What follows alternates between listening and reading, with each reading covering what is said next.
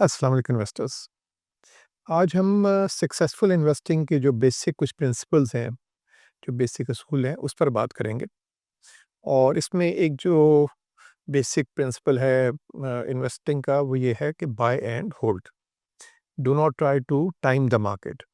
अब हमने देखा कि इन्वेस्टर्स जब इन्वेस्ट करते हैं स्पेशली स्टॉक मार्केट में, तो जब भी या स्टॉक मार्केट गिरनी शुरू हो जाती है या कोई ऐसी कोई बुरी खबर आती है, तो वो पैनिक में एकदम बेच देते हैं। और हमने देखा है कि जो एवरेज इन्वेस्टर है, वो आम तौर पे जब मार्केट गिर चुकी होती है या उस टाइम बेच रहा होता है, और फिर जब मार्केट बढ़ जाती है तो उस टाइम आके दोबारा इन्वेस्ट कर रहा होता है।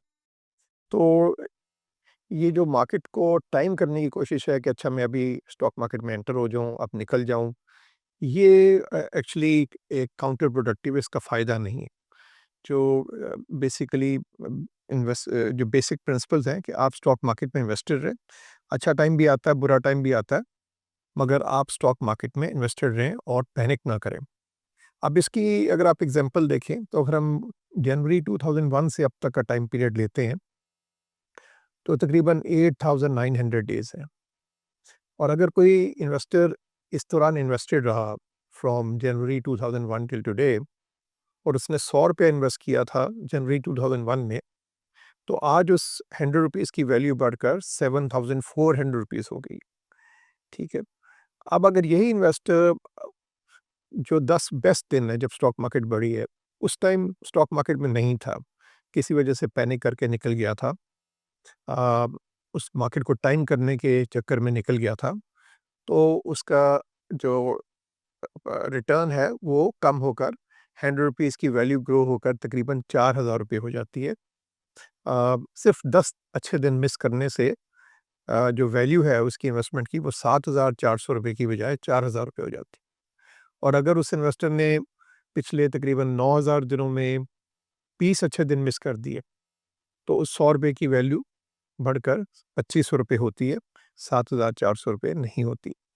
और अगर उसी इन्वेस्टर ने 30 अच्छे दिन मिस कर दिए पिछले तकरीबन 9000 दिनों में, वो उस टाइम स्टॉक मार्केट में नहीं था, तो ₹100 की वैल्यू बढ़कर ₹1600 होती है। तो ये आपको बताता है कि स्टॉक मार्केट से निकल जाना अ, खतरनाक होता है। अगर आपको आपके फाइनेंशियल ऑब्जेक्टिव्स हैं कि आप अपने बच्चों की एजुकेशन के लिए 10 साल, 15 साल बाद, 20 साल बाद आप पैसे सेव कर रहे हैं, या अपनी रिटायरमेंट के लिए सेव कर रहे हैं, या घर बनाने के लिए कर रहे हैं, तो उसका बेसिक प्रिंसिपल है कि आप स्टॉक मार्केट में इन्वेस्टेड रहें और स्टॉक मार्केट को टाइम करने की कोशिश ना करें। फिर एक जो और बेसिक प्रिंसिपल है सक्सेसफुल इन्वेस्टिंग का, वो है power of systematic investing. Systematic investing क्या है कि आप लगातार इन्वेस्ट करते रहें। लेट्स से हर महीने आपने, और बेसिक प्रिंसिपल ये है कि जो आपकी टेक होम इनकम है, लेट्स से मेरी टेक होम इनकम 1 लाख रुपए है, तो 20% ऑफ दैट 20,000 रुपए मुझे हर महीने सेव करके और म्यूचुअल फंड में इन्वेस्ट करने हैं। ठीक है? तो इसमें अगर आप एक एग्जांपल देख लें कि अगर आज से 15 साल पहले किसी इन्वेस्टर ने वन टाइम 1 लाख रुपए इन्वेस्ट किया, इनिशियली 1 लाख रुपए इन्वेस्ट किया, और उसके बाद ₹5000 महीना इन्वेस्ट करता रहा फॉर द लास्ट 15 ईयर्स। तो आज जो एनबीपी स्टॉक फंड है, उसमें उसकी इन्वेस्टमेंट की वैल्यू बढ़कर 5.9 मिलियन रुपीस तकरीबन हो गई। ठीक है? तो इन्वेस्टमेंट तो कम थी, सिर्फ 1 लाख रुपए थी इनिशियली 15 साल पहले, और ₹5000 महीना था। मगर ये पावर ऑफ कंपाउंडिंग है, और एक जो सिस्टमैटिक इन्वेस्टमेंट है कि आपने मिस नहीं करना, आपने हर महीने इन्वेस्ट करना है, उसकी वजह से वो वैल्यू बढ़कर तकरीबन 60 लाख रुपए के करीब हो जाती है 15 साल के बाद।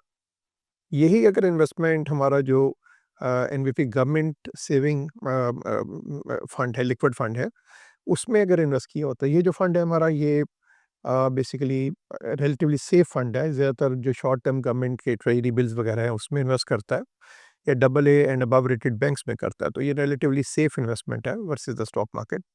तो इसमें अगर वही लाख रुपया इन्वेस्ट किया होता इनिशियली और 5000 रुपये महीना इन्वेस्ट किया होता, तो 15 साल में आज वैल्यू बढ़कर 2.7 मिलियन रुपीस हो गई होती। स्टॉक मार्केट के मुकाबले में तकरीबन आधी, मगर फिर भी काफ़ी ज़्यादा है वर्सेस जो अमाउंट ऑफ इन्वेस्टमेंट है। और अगर यही इन्वेस्टर तकरीबन 25% हमारे स्टॉक फंड में इन्वेस्ट कर देता, और 75% हमारा जो सेफर फंड है, गवर्नमेंट सिक्योरिटी फंड, उसमें इन्वेस्ट कर देता, तो आज उसकी इन्वेस्टमेंट की वैल्यू बढ़कर 3.3 मिलियन हो गई होती। तो बेसिकली इसमें हमारी जो एडवाइस है कि एक रेगुलर इन्वेस्टमेंट हो, और जो भी आपकी सेविंग है मंथली, या जो भी आपकी जो इनकम है उसका 20% सेव करके आप रेगुलरली म्यूचुअल फंड में इन्वेस्ट करें। ये जो सिस्टमैटिक इन्वेस्टमेंट प्लान्स हैं जिसको बोलते हैं, ये काफ़ी कामयाब हैं दुनिया में। तो इसमें उस इन्वेस्टर का भी फ़ायदा है और मुल्क का भी फ़ायदा है, बिकॉज़ इससे मुल्क का सेविंग रेट बढ़ता है। तो these are basic investment principles that we advise that you follow, और इंशाल्लाह उम्मीद है कि आपके जो लॉन्ग टर्म फाइनेंशियल ऑब्जेक्टिव्स हैं वो अचीव हो जाएँगे। Thank you very much.